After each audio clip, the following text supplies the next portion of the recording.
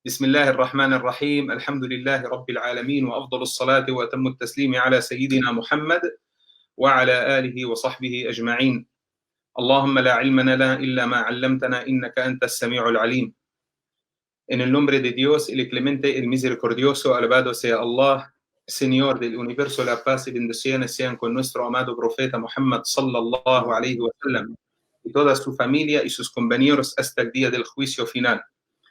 Hermanos queridos, otra vez con otro jardín de los jardines del paraíso.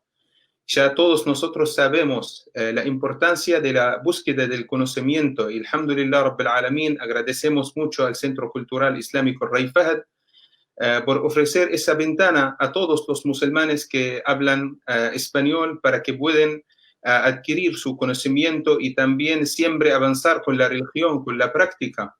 Y alhamdulillah, ese programa que arrancó esta semana, que tiene la mayoría de las ciencias islámicas, hablando del hadith, hablando del tafsir, hablando de otras ciencias como por ejemplo el Corán, el Karim, del adab, de muchas cosas, y también el idioma árabe, inshallah, va a tener un parte diariamente, estamos con ustedes, y hoy tenemos la verdad una ciencia muy importante, porque Allah subhanahu wa ta'ala en el Corán el Karim dijo, أَفَلَا يَتَدَبَّرُونَ الْقُرْآنَ أَمْ عَلَى قُلُوبٍ أَقْفَالُهَا. Significa acaso que no meditan el Corán, no reflexionan en el Corán el Karim, sobre el Corán el Karim. أَمْ عَلَى قُلُوبٍ أَقْفَالُهَا. Tenemos, no quiero largar mucho, tenemos su excelencia Fadil Sheikh Muhammad Isa García, que está con nosotros. Assalamu alaikum, Sheikh. Alaikum salam wa rahmatullahi wa barakatuh, Sheikhna. Es un placer tenerte con nosotros, así podemos beneficiar un poco de sus palabras y de su conocimiento. Jazakallah khair. La verdad es que el gusto es mío.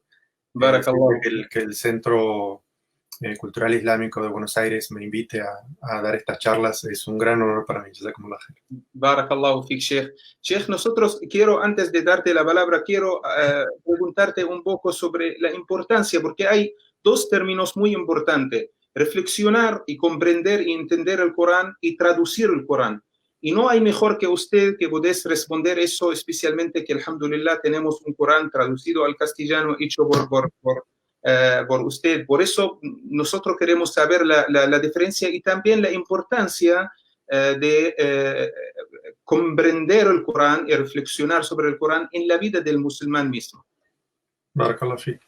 Bueno, creo que es muy importante hacer esa diferenciación entre lo que es el Corán y lo que es la tarjama o la traducción del Sagrado Corán. Es muy importante porque para nosotros es un tema de aqida, un tema de creencia, porque para nosotros el Corán es kalamullah.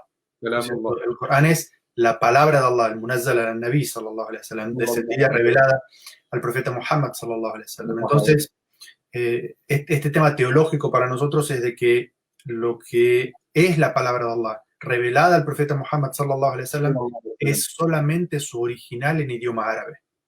Eso es lo que nosotros llamamos al-Qur'an o al-Kitab, al-Munazzal, ¿sí? El revelado al profeta sallallahu alaihi wasallam. ¿Qué es una traducción? Cuando tenemos una traducción al español, al alemán, al inglés, al francés, a cualquier otro idioma, eso se llama Tarjamat Ma'ani al-Qur'an al-Karim, o la traducción de los significados del Sagrado Corán. Y los ulama dicen que una traducción es tafsir bighair al-arabiyya, o una interpretación del Sagrado Corán en un idioma distinto al idioma árabe. Entonces es muy importante que nosotros diferenciemos entre las dos cosas. Cuando nosotros decimos el Corán, sobre los que, por ejemplo, hay ciertos ahkam, ciertos veredictos con respecto a al comportamiento que nosotros tenemos, como por ejemplo, no lo podemos tomar sin el ghusl, sin el baño mayor, hombres y mujeres, o por ejemplo, el adab o la educación, la etiqueta de no tomarlo sin el udú, ¿no es cierto? Todo esto se aplica únicamente a la versión original escrita en idioma árabe. No, estos ahkam o estos veredictos no se aplican a una traducción. Muy bien. Entonces, es como muy, muy importante saber de que el Sagrado Corán es específicamente en idioma árabe y lo otro que tenemos es una traducción.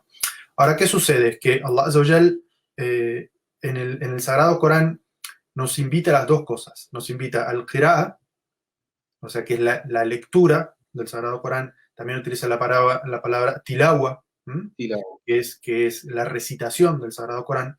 Y esas dos se pueden hacer únicamente en idioma árabe. Es decir, la recitación a tilawa ta'abudiyya, ¿no es cierto?, que es la recitación devocional, se tiene que hacer... Recompensa. Sí, exacto. Esa, por ejemplo, el hadith que dice de que cada letra que se lee del Sagrado Corán tiene 10 hasanat, ¿no es cierto?, 10 recompensas. Eso se aplica a la versión original en idioma árabe. Por eso es tan importante que el musulmán, cualquiera sea su origen, aprenda el idioma árabe, aprenda a leer. Si bien quizás aprender el idioma árabe puede resultarle pesado, aprender el alfabeto árabe, aprender a leer y escribir en idioma árabe para poder recitar, hacer esa qirá o tilawa del Sagrado Corán en idioma árabe, porque es un acto de adoración en sí mismo. Y no cabe ninguna duda de que cuando uno recita el Sagrado Corán, así no esté entendiendo el significado, pero uno recita el Sagrado Corán en idioma árabe, esa recitación tiene lo que se llama ta'athur o athar al-qalb, ¿no es cierto? O sea, tiene un efecto directo sobre el corazón. Aunque uno no entiende lo que esté diciendo, es como una especie de... Allah Azza wa Jal se refiere al Corán como shifa, ¿no es cierto? Como un remedio, como una sanación.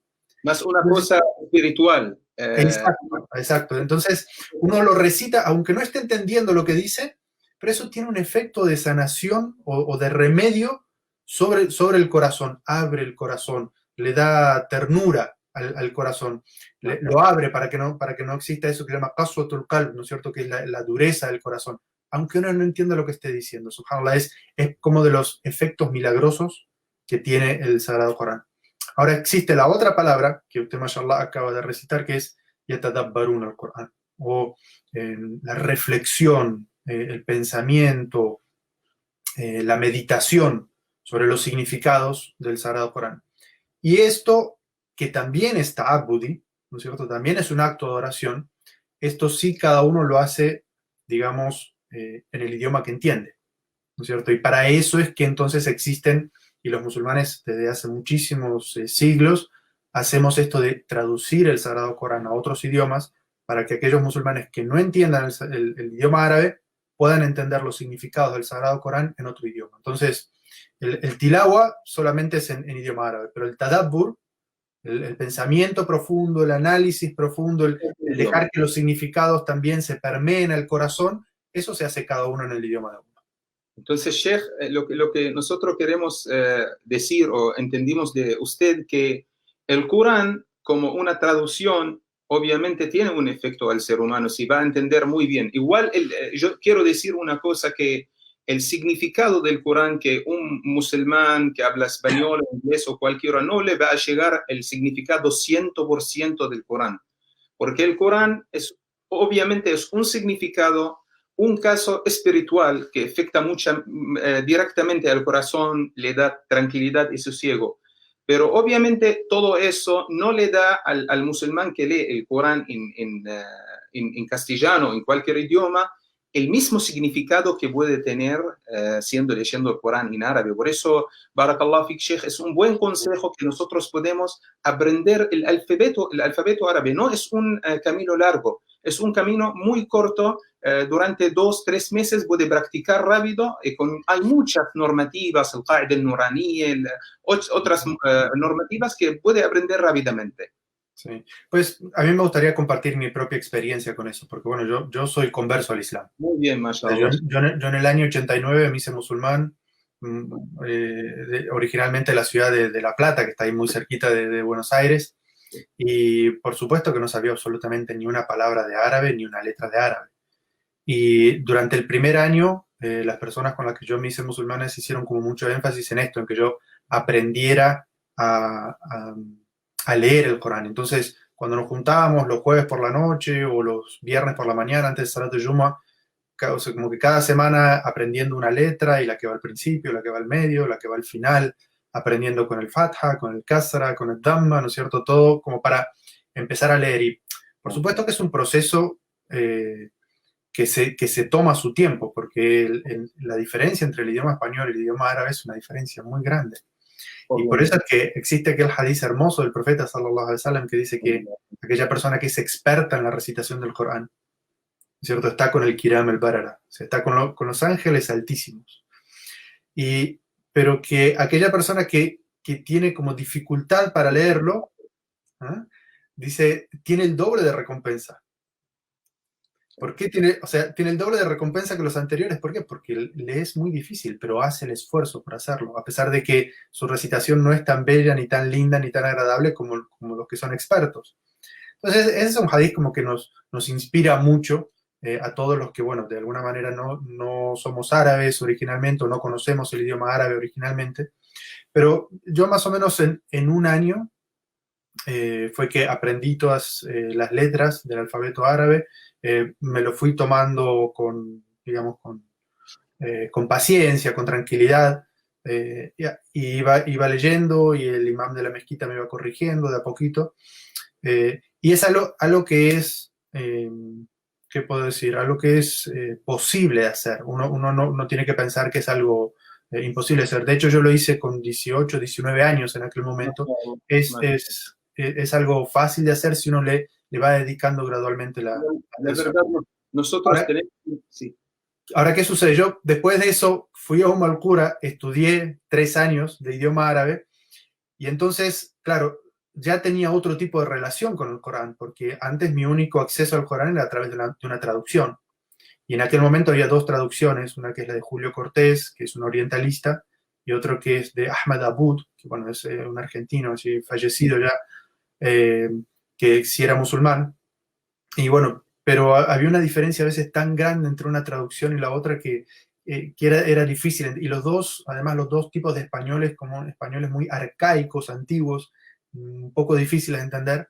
Ya cuando entiendo árabe, fue una experiencia muy, muy interesante que un Ramadán, esta costumbre que tenemos, bueno, de ir a la mezquita, yo iba al haram, ¿no es cierto? Y entonces leer el juz del día, que es como normalmente es 1 hora, pero para alguien que está recién empezando a leer, eran como 2 horas y media, ¿no es cierto?, para leer ese juz.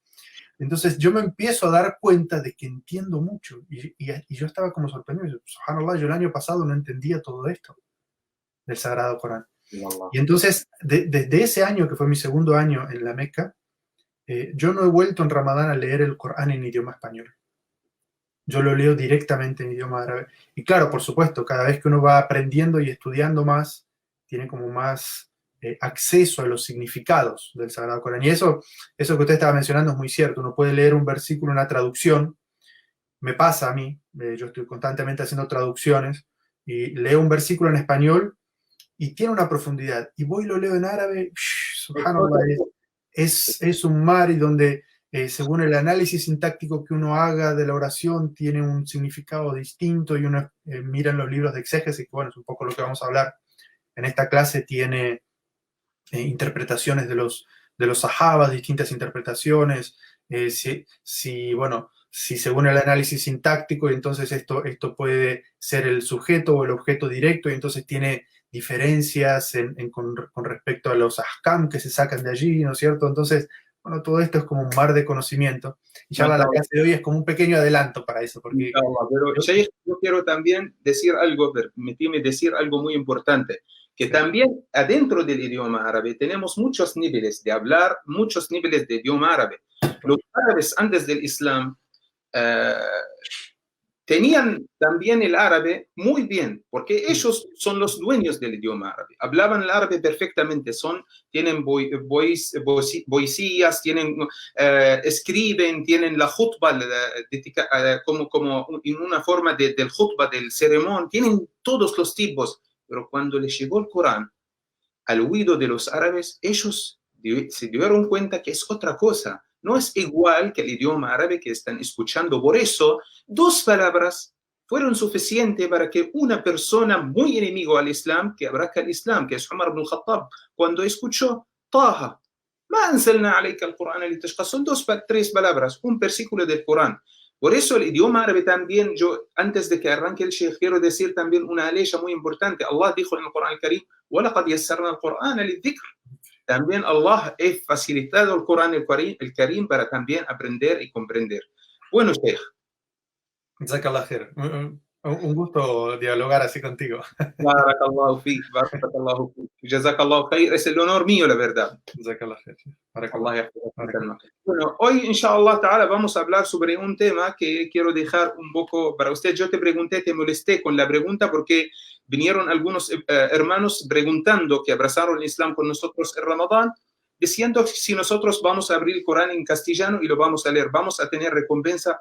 Obviamente Allah es generoso, pero la recompensa que el profeta Muhammad sallallahu alaihi wasallam señaló en el hadith es leerlo en árabe. Sí, para hacer reflexiones. Por eso te molesté con la pregunta, pero ahora todo... Creo que en base a la respuesta que dimos es que se pueden sacar las siguientes conclusiones, porque esa es una pregunta que se repite mucho en Ramadán. Entonces, uno puede sacar la siguiente conclusión. Primero es que obviamente el hadith fue dicho en idioma árabe para los árabes y que digamos, la recompensa original es sobre su recitación en idioma árabe. Ahora, Allah Azza wa Jal dice en el Sagrado Corán, La yukallifullahu nafsan illa wusaha.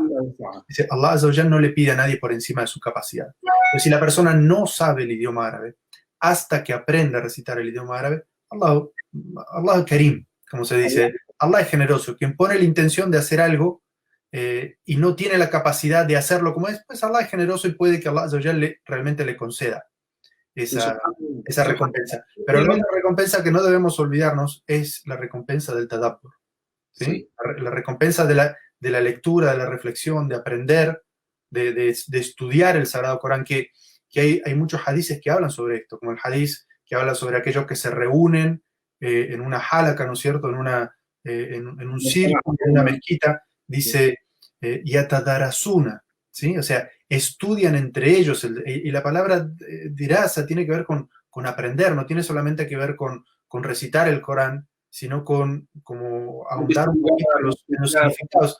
Allah Azza wa Jal dice, desciende sobre ellos los ángeles, y los ángeles descienden con ellos con la sakina, y Allah Azza wa Jal los menciona a ellos en círculos más elevados, ¿no es cierto? Entonces, no debemos como obviar toda esta parte de reflexionar sobre los significados del Sagrado Corán porque tiene una recompensa muy grande, ¿sí?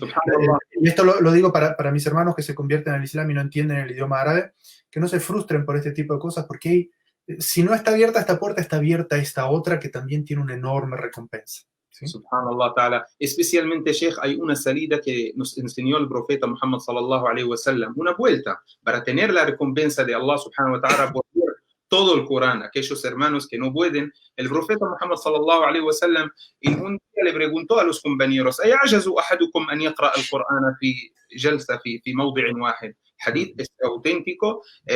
¿Acaso que uno de ustedes no tiene, por ejemplo, la posibilidad para tener la recompensa de leer todo el Corán en un solo tiempo, en una hora? Los compañeros respondieron igual que ustedes y nosotros. ¿Cómo vamos a leer todo el Corán? Él dijo leer 3 veces Qul huwallahu ahad, que es una sura muy fácil. Puede tener la recompensa de leer todo el Corán en árabe eso. Sí. Sí, la verdad que Allah Azza wa Jal es muy generoso con nosotros. Sí, muy generoso. Alhamdulillah Rabbil Alamin. Hay que aprovechar la generosidad de Allah subhanahu wa ta'ala siempre. Alhamdulillah Rabbil Alamin. Bueno, Sheikh, nosotros obviamente el tema sobre el tafsir. Sí. ¿De dónde arrancamos con el tafsir? Como me ofrecieron que yo hablara sobre tafsir en esta serie de conferencias que van a ser semanales, alhamdulillah, dije, ¿por qué no empezar como sentando unas bases, ¿no es cierto? De, bueno, cuando decimos la palabra tafsir, ¿a qué nos estamos refiriendo? ¿No es cierto? Y la ciencia del tafsir está dentro de una ciencia que se llama Ulum al-Qur'an, o las ciencias del Corán. Y entonces, digamos que la ciencia del tafsir es una ciencia que está dentro de otra gran ciencia islámica que se llama Ulum al-Qur'an, o las ciencias del análisis del Sagrado Corán. Y entonces, para que podamos entender mucha de la terminología que yo voy a ir utilizando durante las clases, consideré importante que hiciéramos como una pequeña introducción. Quizás nos lleve esta clase y quizás la próxima clase también. Excelente, sobre estos, como ciertas ideas o conceptos que hay que tener en consideración cuando vamos a hablar sobre el tafsir, ¿no es cierto? Entonces, lo primero que pensé es que, bueno, tenemos que tener muy claro que cuando decimos tafsir al Corán Karim, o la interpretación del Sagrado Corán, ¿qué es Corán? ¿sí? Cuando estamos hablando del Corán. Hablamos un poquito nosotros en la primera introducción, Sheikh, sobre la diferencia entre el Corán en árabe y las traducciones del significado del Sagrado Corán. Entonces, el, digamos, la palabra Corán en idioma árabe, lo que se llama el tarif al-lughawi o la definición lingüística o etimológica del Idioma árabe. Sagrado Corán, viene del verbo, un verbo que es qara en idioma árabe, ¿no es cierto? Y los sabios del Luga o los lingüistas en idioma árabe dicen que, bueno, que Corán puede ser ismu fa'il o ismu maf'ul, ¿sí? Ismu maf'ul es como si fuera un participio pasivo e ismu fa'il es como si fuera un participio activo. Entonces, un participio activo, ismu maf'ul, es, cuando decimos Corán, es lo que se está recitando, ¿sí? Entonces, Corán sería aquello que nosotros, por ejemplo, recitamos en el Sagrado Corán ta'abudían, es decir, como acto de adoración. Eso sería, digamos, el significado etimológico de la palabra, o la raíz etimológica de la palabra. Corán. Pero si fuera pasivo, es decir, si fuera activo, es decir, ismu fa'il, entonces sería lo que se recoge, ¿sí? Lo que se toma de lo que es la recitación del Sagrado Corán. Porque, bueno, digamos que el Sagrado Corán tiene dentro de sí muchas enseñanzas, ¿no es cierto? Lo que está de las enseñanzas de los profetas anteriores, las enseñanzas de teología, todas las, en el sentido de que, por ejemplo, recoge todas las revelaciones anteriores. Dentro de las enseñanzas del Sagrado Corán, el Sagrado Corán es muhaimin, es decir, que recoge todas las enseñanzas de los libros anteriores, las contiene y las preserva, ¿no es cierto? Entonces, ese sería el significado etimológico si decimos que el Corán es ismu fa'il o un participio. Para agregar un ejemplo, si me permitís, ism el-fa'il, ism el-maf'ul, de otro nombre, por ejemplo, de otro verbo. Si nosotros decimos, por ejemplo, escribir, ism el-fa'il, aquella persona que está escribiendo. Ism el-maf'ul, las cosas que estamos escribiendo. Entonces, de la palabra al Corán también, del verbo qara'a, así yo entendí, si me corregís, si es correcto, Sheikh. El Corán también, dicen los sabios, o de ism el-fa'il, qara'a, o sea, alguien está leyendo, o ism el-maf'ul, alguien, o algo lo están leyendo. Lo que es recitado. Eso es. ¿Es correcto, Sheikh? Así lo así que... Es. Así es. Barakallah fik. Eso vendría a ser como la definición o el análisis de la palabra desde el punto de vista lingüístico. Después viene el tarif shara'i, ¿no es cierto? Claro. Que es como la definición técnico-islámica. Y eso es, digamos que un poco la describimos anteriormente, que dijimos que el Corán es kalamullah, la palabra de Allah, inimitable, revelada al profeta Muhammad sallallahu alaihi wasallam a través del ángel Gabriel, en una forma mutawatira, que es recitado como acto de adoración, que tiene un desafío constante a la humanidad para producir algo similar y que se encuentra registrado entre las dos tapas del Mus'haf. Esa de alguna manera es la definición técnico-islámica de qué es el Corán. Cuando decimos Corán, ¿a qué nos estamos refiriendo? ¿No es cierto? Y vamos a ver que esta definición que se encuentra en los libros de Ulum al-Corán, de las ciencias del Corán, vamos a ver que cada una de estas oraciones es algo que los usuliyin, los sabios, uno podría decir, de la epistemología islámica, dicen que todo tarif, o sea, toda definición tiene que ser jami'un mani', ¿no es cierto? O sea, toda definición tiene que tener las frases suficientes para que todo lo que queremos definir esté dentro y todo lo que no queremos definir se encuentre fuera, ¿no es cierto? Entonces, una definición islámica tiene que ser muy completa. Por eso, como vimos cuando decimos, bueno, ¿qué es el Corán? Pusimos como 7 condiciones. No dijimos kalamullah, la palabra de Allah, no. Hay muchas definiciones. Entonces, la primera es kalamullah, es decir, es la palabra de Allah Azza wa Jal. Entonces, esto hace una diferencia entre la palabra de los seres creados, es decir, todo lo que pueden producir o decir o pensar los seres humanos, y la palabra de Allah Azza wa Jal. ¿sí? Cuando nosotros decimos Corán, por eso, por ejemplo, digamos, la discusión con los orientalistas dicen que el Corán es una producción literaria del profeta Muhammad, sallallahu alaihi wasallam. Y los musulmanes decimos, eso puede ser la pronunciación de la Sunna, pero el Corán es la palabra de Allah Azza wa Jal revelada al profeta Muhammad, dicha, o sea, lo que nosotros decimos es la palabra de Allah. Nuestra voz es creada, lo que está escrito es creado, pero el Corán es la palabra de Allah. No es creado. La palabra no es creado. Claro, tiene la misma característica que tiene Allah Azza wa Jal, la de perfección, la de eternidad, la del conocimiento completo. Todo, al ser una sifa, ¿no es cierto? Una característica de Allah, tiene todas las características de la divinidad. Entonces, lo primero, digamos, la primera regla para entender qué es el Corán es que es la palabra de Allah. Ahora, claro, cuando uno dice es la palabra de Allah, nosotros entendemos que Allah Azza wa Jal reveló su palabra a muchos profetas. Descendió sus libros sobre muchos profetas. Entonces, si nosotros dijéramos solamente el Corán es la palabra de Allah, pues la Torá sería el Corán, el Evangelio sería el Corán, los Salmos serían el Corán. Entonces, necesitamos agregar algo más. Entonces, el Corán es la palabra de Allah revelada al profeta Muhammad sallallahu alaihi wasallam. Entonces, el Corán es la palabra de Allah revelada al profeta Muhammad sallallahu alaihi wasallam. Entonces, el Corán es solamente la última revelación. Los libros anteriores, es parte de nuestra aqida creer que Allah Azza wa Jal reveló libros a los profetas anteriores, pero que el Corán está perfectamente preservado, cuidado.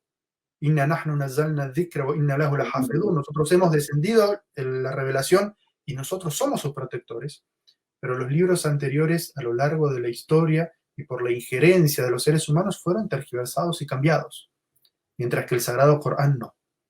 Entonces, el Sagrado Corán es la palabra de Allah revelada al profeta Muhammad sallallahu alaihi wasallam. Ahora, ¿qué sucede? Es que el profeta sallallahu alaihi wasallam recibía revelación, y más de una clase de revelación, porque nosotros sabemos que la sunna del profeta Muhammad sallallahu alaihi wasallam también es inspiración y revelación. Exactamente. وَمَا يَنْتِقُ عَنِ الْهَوَى إِنْ هُوَ إِلَّا وَحْيٌ يُوحَى. Dice, Allah Azza wa Jal describe las palabras del profeta Muhammad cuando él hablaba y dice, cuidado que las palabras del profeta no son como las palabras de cualquier persona. Porque el profeta cuando está hablando está siendo inspirado. Entonces, en la definición de Corán, también tenemos que poner algo que diferencie entre el Corán y la Sunna. Y por eso es que el Corán es la palabra de Allah, descendida del profeta Muhammad sallallahu alaihi wasallam a través del ángel Gabriel, ¿sí? Y que hay ta'abbud en su recitación. Entonces, ¿por qué decimos lo que fue revelado a través del ángel Gabriel? El ángel Gabriel es, digamos, históricamente hablando, el ángel elegido por Allah Azza wa Jal para llevar la revelación a todos los profetas. Transmitir. Todos los profetas recibían su libro a través del ángel Gabriel. ¿Sí? El ángel Gabriel era el que llevaba a todos los libros, a Moisés, a Jesús, a David, a Salomón, a todos. El que llevaba los libros era el ángel Jibril. Ahora, el profeta Muhammad sallallahu alaihi wasallam recibió revelación o recibió, es decir, palabra de Allah de una manera directa, sin la intermediación del ángel Jibril, como por ejemplo Laylatul Isra wal Mi'raj, o la noche del viaje nocturno y el ascenso a los cielos, donde Allah Azza wa Jal habla directamente con el profeta sallallahu alaihi wasallam. Sabemos que incluso hay diálogos. El profeta sallallahu alaihi wasallam habla con nuestro Señor y Allah Azza wa Jal le da órdenes como la orden del Salah, y el profeta baja y se encuentra con Moisés y Moisés le dice, tu pueblo no va a subir, sube y pídele, y el profeta sallallahu alaihi wasallam vuelve a subir al último cielo y le vuelve a pedir y Allah le vuelve a responder. Es decir, son diálogos. Y sin embargo, eso no es parte del Corán. Porque a pesar de que es la palabra de Allah eterna, hablada al profeta Muhammad sallallahu alaihi wasallam, no vino a través del ángel Gabriel.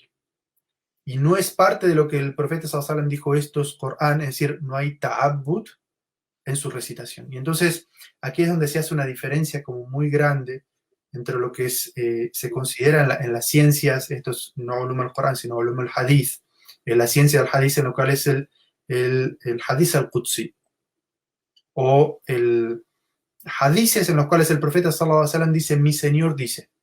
Son como inspiraciones al profeta sallallahu alaihi wasallam, o incluso los diálogos directos que él tuvo en el Isra wal Mi'raj, en los cuales él dice, Allah dice, o qala li rabbi, o qala rabbi, o sea, mi Señor me dijo, mi Señor dice.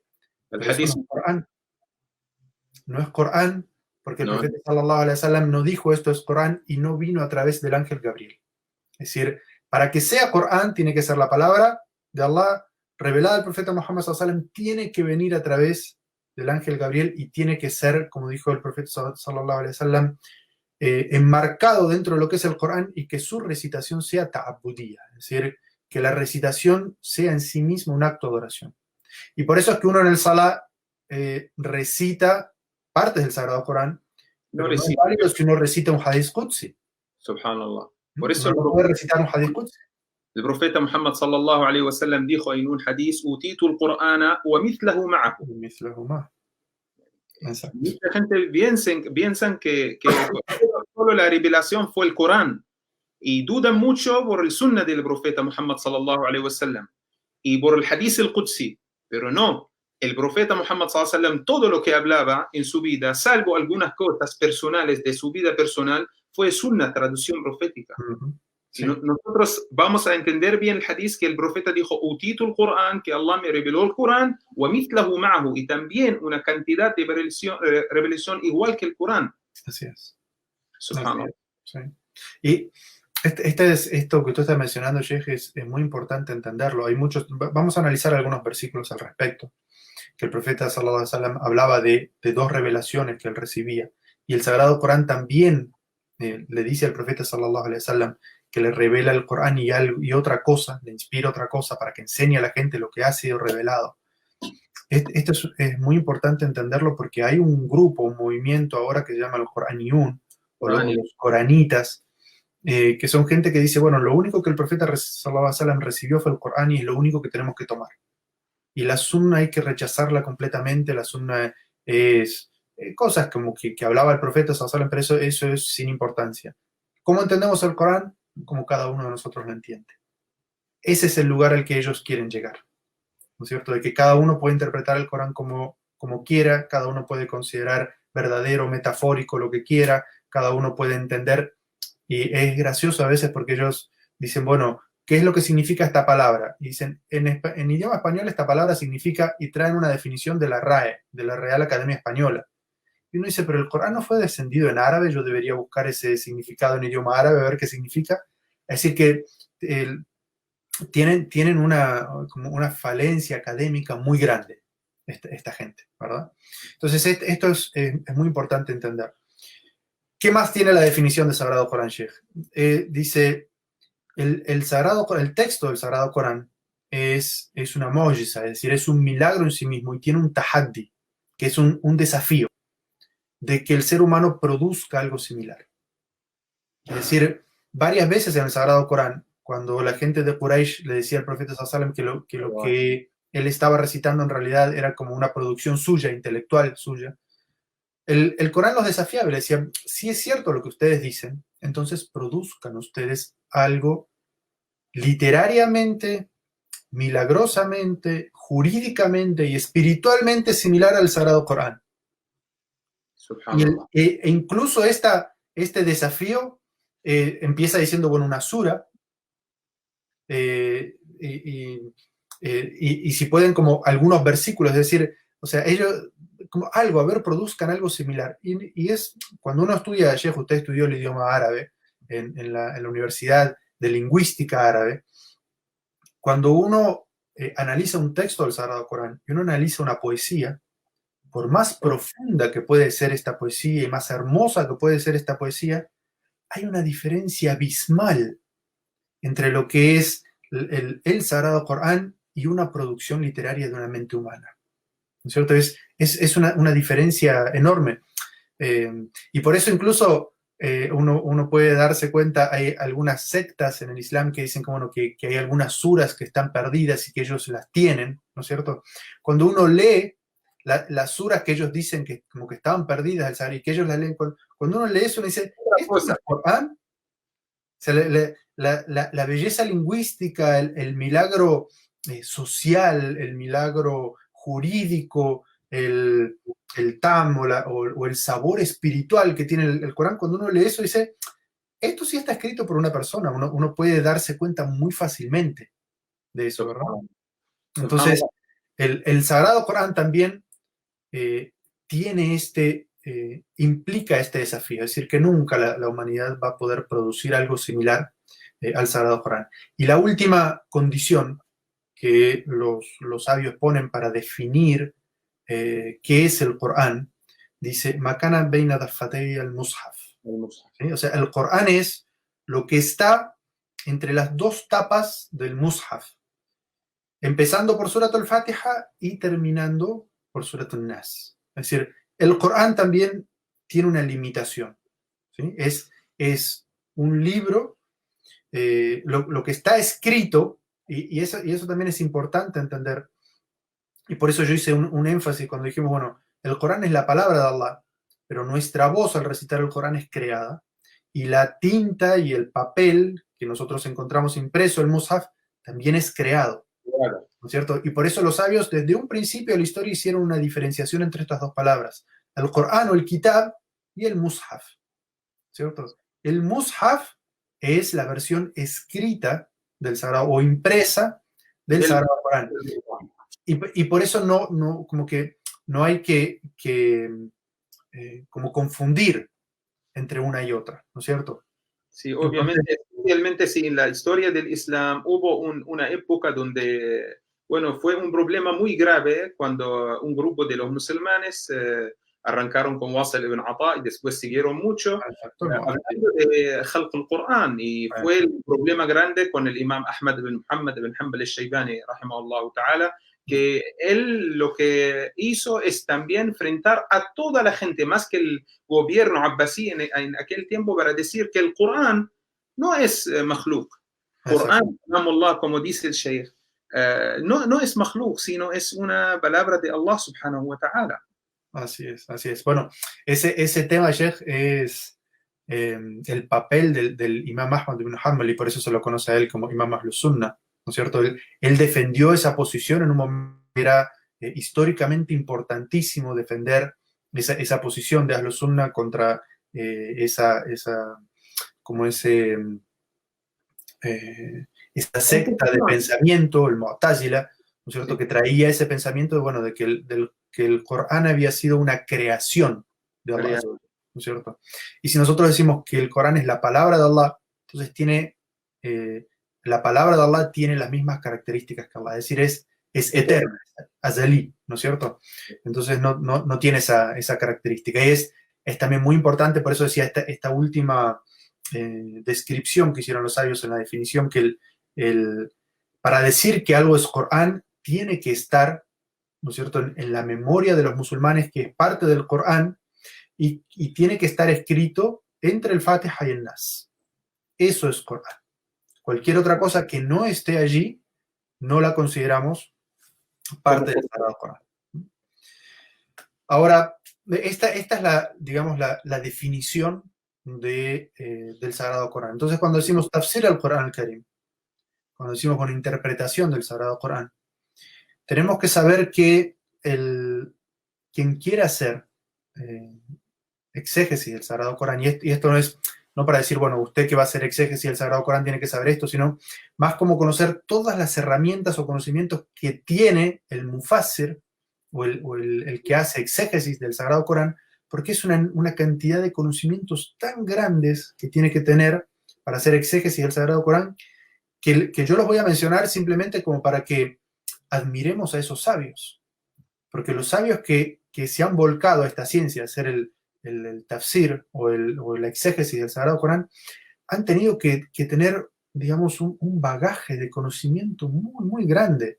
Y por eso es que esta gente, así como por ejemplo los coranitas, cuando vienen con sus explicaciones así tan simplistas, eh, a uno le causa gracia. Y no sé, Sheikh, a mí el ejemplo que se me ocurre con respecto a, a estos son como los neoliberales, ¿no es cierto?, que tratan de cambiar el mensaje del Islam a lo que a ellos les parece, ¿no es cierto? Y entonces, Obviamente. como la sunna es la que les pone muchos límites, entonces dicen, bueno, saquemos la sunna y cada uno de nosotros interpreta el Sagrado Corán de su manera. Pero cuando uno analiza digamos, el discurso académico de ellos, yo quiero poner como este ejemplo, ¿no es cierto? Los científicos, o sea, los mufasirín, eh, los exégetas del Sagrado Corán, los sabios que hacen tafsir, son el equivalente en este momento a los científicos, ¿no es cierto? Como a los científicos de la NASA, por ejemplo, a los geólogos, a los que estudian la Tierra, a los que estudian el cosmos, a los que estudian los planetas, que utilizan todas las herramientas del conocimiento desde hace cientos de años y además toda la tecnología moderna, es decir, son realmente los profesionales que saben de lo que están hablando. Y los coranitas, ¿sí? El Coraniún, son un poco como esos que viven eh, son como los terraplanistas. No sé si usted ha escuchado esa palabra. Terraplanistas. Terraplanistas son esas personas que viven pensando que hay una conspiración mundial para decir que la Tierra es redonda, que en realidad la Tierra es plana, Sí. ¿sí? Ah, Y, sí, sí. y entonces piensan de que en realidad hay una raza de lagartos que viven aquí en la Tierra y que nos tienen a todos los seres humanos dominados, y entonces, pero que en realidad la Tierra es plana y que no nos dejan llegar hacia sus extremos, obviamente, ¿no es cierto? Y entonces es gente que vive como en una pseudociencia todo el tiempo. Y Sí, así son estos al-Quraniyun, ¿no es cierto? Los coranistas. Son personas que no tienen ciencia, no tienen academia, que cuando uno estudia todas estas herramientas, yo voy a mencionar una lista ahora y voy a explicarlas así como muy brevemente, todas las herramientas académicas que tiene que tener una persona para hablar del Sagrado Corán son muchísimas. Y por eso el profeta sallallahu alaihi wasallam dijo en un hadith, dice, man tahaddasa bil Qur'an bighayri ilmin faqad akhta walau asab. Dice, quien habla o quien interprete el Sagrado Corán sin conocimiento se ha equivocado, aunque por casualidad haya acertado. ¿No es cierto? Entonces el profeta sallallahu alaihi wasallam dijo, si uno no tiene conocimiento de la interpretación del Sagrado Corán, lo mejor es permanecer callado y preguntar a la gente de conocimiento. Pregunten a la gente de conocimiento si es que no saben. Y para entonces, no abrir el camino para toda la gente que pueden opinar y decir lo que no. Hay algo que ahora obviamente el Sheikh va a mencionar, hay muchas herramientas que debe tener. Claro, es que por eso yo trato de comparar, bueno, a los científicos con estas personas que son opinólogos, opinan de todo, pero hay una diferencia, o sea, hay unos biólogos que, por ejemplo, producen ciertos medicamentos o ciertas vacunas, ¿no es cierto? Y después hay otros que dicen, no, las vacunas están inventadas en realidad para controlar a las personas y controlar a la población y te inyectan como una especie de chip y saben dónde estás y a dónde vas y están todo el tiempo como, ¿no es cierto?, con teorías de la persecución todo el tiempo, ¿no es cierto? Sí, Entonces hay una diferencia muy grande. Por ejemplo, la primer herramienta que necesitan, que usted bien mencionó, Sheikh, es el luga. O sea, el mufassir, el exégeta del Sagrado Corán, necesita conocer muy bien el idioma árabe. Pero no solamente el idioma árabe, sino que necesita saber ma'ani el-lugha al-arabiyya fi waqt al-nuzul, es decir, el significado del idioma árabe en la época de la revelación. Porque el idioma árabe, igual que cualquier otro idioma, evoluciona. Los significados de las palabras van cambiando. Por ejemplo, nosotros en la actualidad conocemos la palabra sayyara. La palabra sayyara en la actualidad describe un coche, un auto, un automóvil, ¿no es cierto? Pero en la época de la revelación, por ejemplo, en Surat Yusuf, en la sura número 12, está mencionada la palabra sayyara, ¿no es cierto? Y entonces alguien puede decir, subhanallah, qué milagro. Está mencionado en el Sagrado Corán el automóvil, como un milagro. Y no, y es que en aquella época el sayyara, o sea, la misma palabra, describía una caravana. ¿no es cierto? Es decir, los camellos que iban uno detrás del otro en una caravana a través del desierto. Entonces, cuando uno lee el Corán, uno tiene que entender, además, para poder hacer interpretación, qué significaban esas palabras, no solamente en idioma árabe, sino en aquel idioma árabe. Y además, el Sagrado Corán trajo ciertas palabras que incluso a los mismos árabes de aquella época les causaba dudas. Obvio. ¿Qué significaban esas palabras? Porque ellos conocían esas palabras con cierto significado, pero les causaba duda. Entonces iban al profeta sallallahu alaihi wasallam y le preguntaban, y el profeta les decía el contexto de esa palabra. Yo quiero mostrarles un libro que se llama, a ver si se ve, creo que se ve al revés. Acá está bien, al-Mufradat fi Gharib al-Quran. Al-Raghib al-Asfahani. Sí, Ar-Raghib al-Asfahani. Este libro, que como ven tiene unas 500 páginas, ¿sí? Para que más o menos puedan ver cómo es.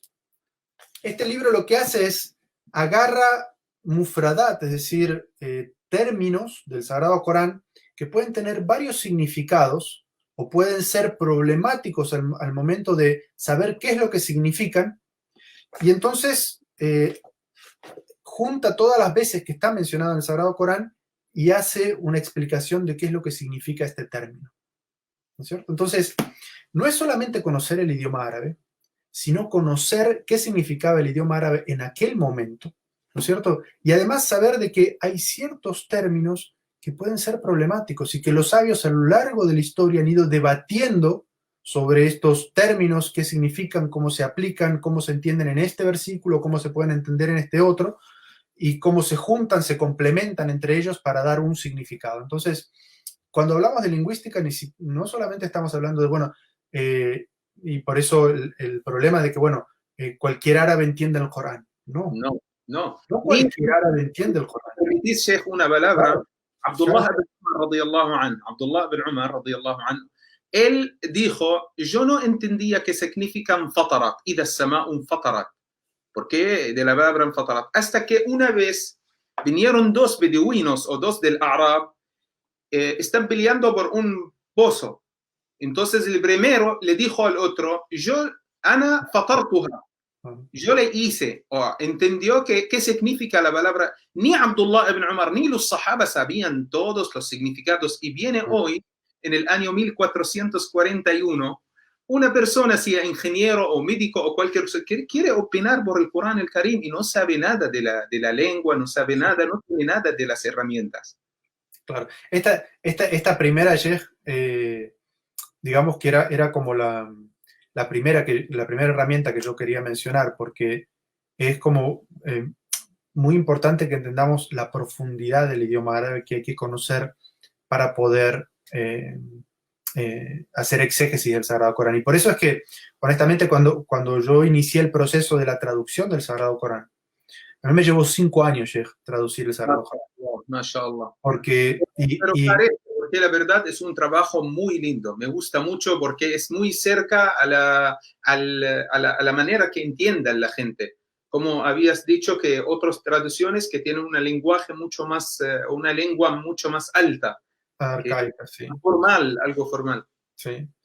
Y a mí me pasaba mucho de que, bueno, yo no solamente leía el Corán en árabe y las explicaciones en árabe, sino que buscaba en otras traducciones, en otros idiomas, y a veces me tocaba incluso levantar el teléfono o escribir un email a alguno de mis profesores en la universidad o a alguno de los shuyukh con los que yo estudié y decir, explíqueme un poco más esto, qué significa, qué alcance tiene esta palabra, porque, subhanallah, y la responsabilidad que yo sentía cuando terminaba de hacer una traducción.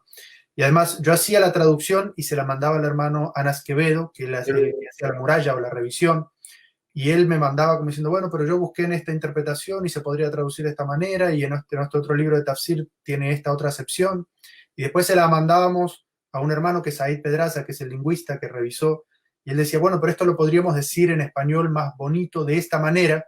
Y entonces nosotros dos le decíamos, bueno, pero esa palabra tiene otro significado en el idioma español, entonces cambiaríamos lo que dice el árabe, y así. ¿No es cierto? Entonces un trabajo de grupo. Igual yo leí también el Muqaddima, que también tu papá puede ser que sí, claro.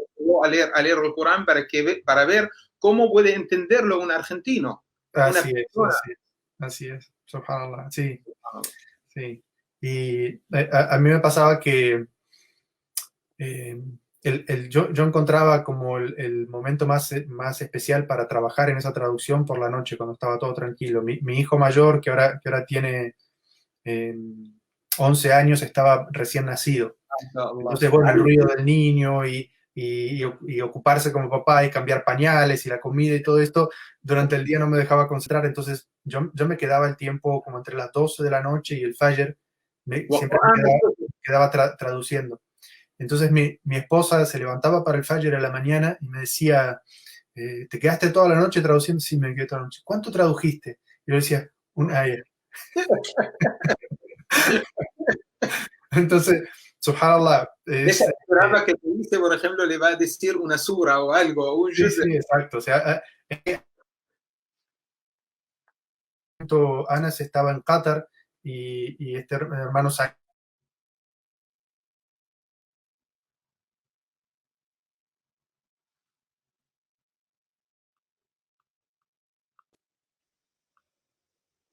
Se cortó un poco, así me escuchás, Shay. Sí, sí, sí, lo escucho bien. Ahora está bien. Bismillah. Entonces, esta era la primera herramienta, que es el idioma árabe, entender el idioma árabe.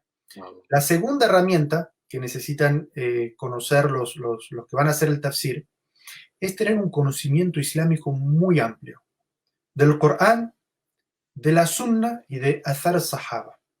Porque como vamos a ver más adelante, la interpretación del Sagrado Corán se maneja en esa metodología. Yo lo voy a explicar más adelante, pero a veces el Corán viene de una manera resumida en unos versículos y ese mismo tema viene explicado En en otro. versículos más adelante en otra sura, de repente. ¿No? Como por ejemplo el tema de la herencia. La herencia comienza diciendo un versículo y dice, denle a cada heredero su parte. ¿Cómo?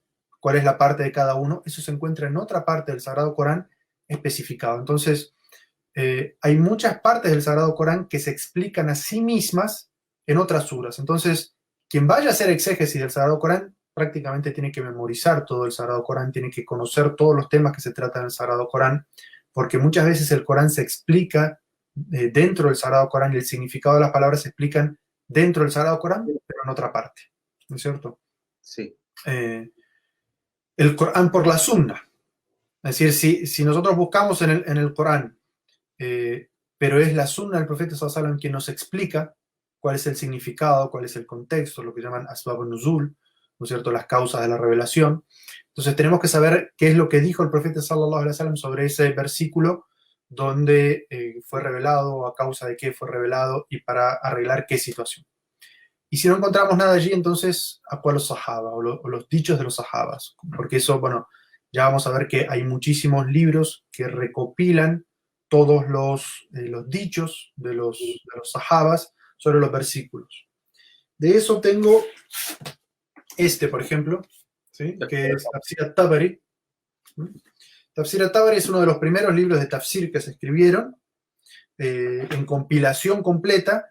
Y Tafsir al-Tabari tiene esa característica, y es que cita prácticamente todos los azar, todos los dichos de los sahabas y de los tabeín y de los tabeín, es decir, durante 3 generaciones de la interpretación de cada versículo. Y por eso esto, que como ven es un libro bastante grande y tiene también como unas, 650 páginas, este es el primero de 16 volúmenes.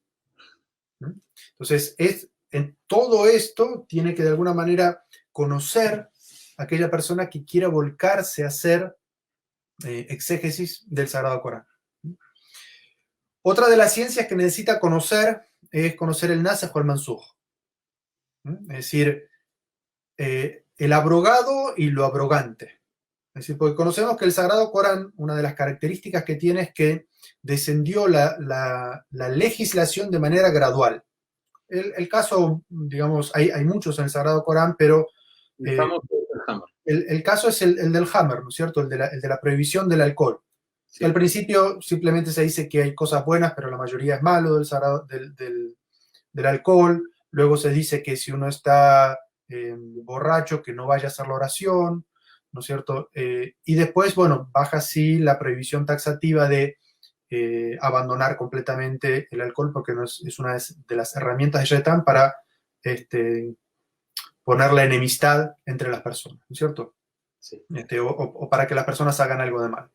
Entonces, eso es una ciencia en sí misma. También traje un libro, son 2 volúmenes, se llama Nasakh wal Mansukh, ¿sí? También es un libro como de 600 páginas, ¿sí? En la que se recopilan todos los análisis que han hecho los sabios sobre este tipo de versículos. Entonces, si una persona quiere opinar sobre el Sagrado Corán, sobre un versículo, primero tiene que estar seguro si lo que está diciendo no está dentro de los versículos que están mansuja, es decir, que están abrogados. Porque puede venir una persona y dice, pero el Sagrado Corán dice que en el alcohol hay algo bueno y algo malo, entonces yo solamente tomo la parte buena. O lo tomo porque Allah dice que en el Corán dice que hay cosas buenas en el Sagrado Corán, ¿no es cierto? Entonces, claro, uno tiene que ver que eso es parte del Sagrado Corán, pero está abrogada por una ley que fue revelada después. Y el Nasakh al Mansukh además tiene una cantidad de legislación dentro, como por ejemplo poder comprobar la temporalidad, es decir, cuál viene antes y cuál viene después. Entonces, es toda una ciencia en sí mismo. Otra de las herramientas que necesitas saber es al Makki o el Madani, ¿no es cierto? Lo que fue revelado en la Meca y lo que fue revelado en Medina. Porque uno puede querer sacar una conclusión sobre un tema y resulta que si uno no sabe si eso fue revelado en la Meca o en Medina, puede estar poniéndolo fuera de contexto. Y en nuestra época eso es muy importante entender, porque la primera época del Islam, la época de la Meca, era una época muy similar a la que nosotros los musulmanes vivimos en Occidente, en la cual somos una minoría, en la cual nuestra ley religiosa, la Sharia, no tiene una implementación civil, sino que tiene una implementación espiritual, individual, hacia cada uno de nosotros, y la legislación como Sharia en sí no la podemos aplicar porque estamos en países donde, digamos, las leyes religiosas no están por encima de las leyes civiles. Entonces hay cosas de nuestra religión que no las podemos aplicar y como principio de nuestra religión no debemos aplicarlas porque van contra las leyes de nuestros países, ¿no es cierto?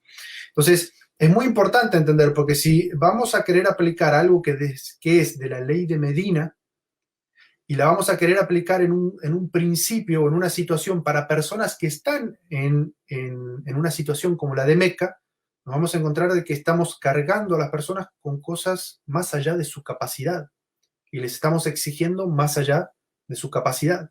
Entonces, la persona que va a hacer tafsir del Sagrado Corán tiene que entender qué es lo que fue revelado en Meca y qué es lo que fue revelado en Medina para saber en qué situación. Si esto del Corán se aplica a los casos de que son minoría, o se aplica cuando el Islam es Estado, cuando el Islam es lo que se aplica como ley. Entonces es muy importante tener el conocimiento de qué es de Meca y qué es de Medina. Por ejemplo, para poder entender el Corán hay que conocer lo que es Asbabun Nuzul, o las causas de la revelación. Porque si uno no entiende, hay libros fueron escritos en este momento, creo que no tengo ninguno aquí. Asbabun Nuzul.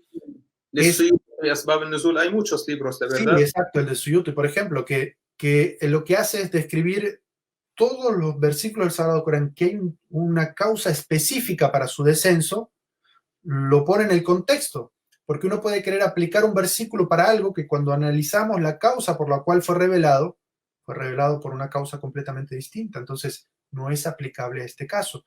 Y por eso es que también el Coranión quieren rechazar todo esto de la Sunna para poder aplicar los versículos como a ellos les gusta, a las situaciones que a ellos les gusta, por fuera de la enseñanza que es de la Sunna. Y después hay otras ciencias así que ya tienen mucho más que ver con el usul, que es una ciencia que se llama usul al-fiqh, o la epistemología o las bases del derecho islámico, que es, por ejemplo, saber la diferencia entre el mutlaq o el muqayyad, que es lo universal y lo específico, lo que es el muhkam y el mutashabih, lo evidente o lo ambiguo, lo que es el mantuq o el mafhum, que es lo explícito y lo implícito, lo que es el haqiqa o el majaz en el ambiente lingüístico, el análisis lingüístico, es decir, lo literal y lo metafórico. Si uno no tiene conocimiento de todas las diferencias entre una cosa y otra, la interpretación que va a hacer del Sagrado Corán es completamente equivocada y lejano de lo que Allah Azza wa Jal quiso decir cuando reveló ese versículo. Entonces, estas pequeñas herramientas que yo mencioné, es como para que nos demos cuenta, Sheikh, subhanallah, cuando hablamos del mufassirun, de los exégetas del Sagrado Corán, eran personas muy sabias. Tenían una cantidad de conocimiento de las ciencias islámicas. Nosotros estamos ahora en una época que es la época de la especialización, ¿no es cierto? Las personas estudian medicina, después hacen una maestría en un tema, después hacen una especialización y terminan operando el ojo. Y son especialistas en el ojo, ¿sí?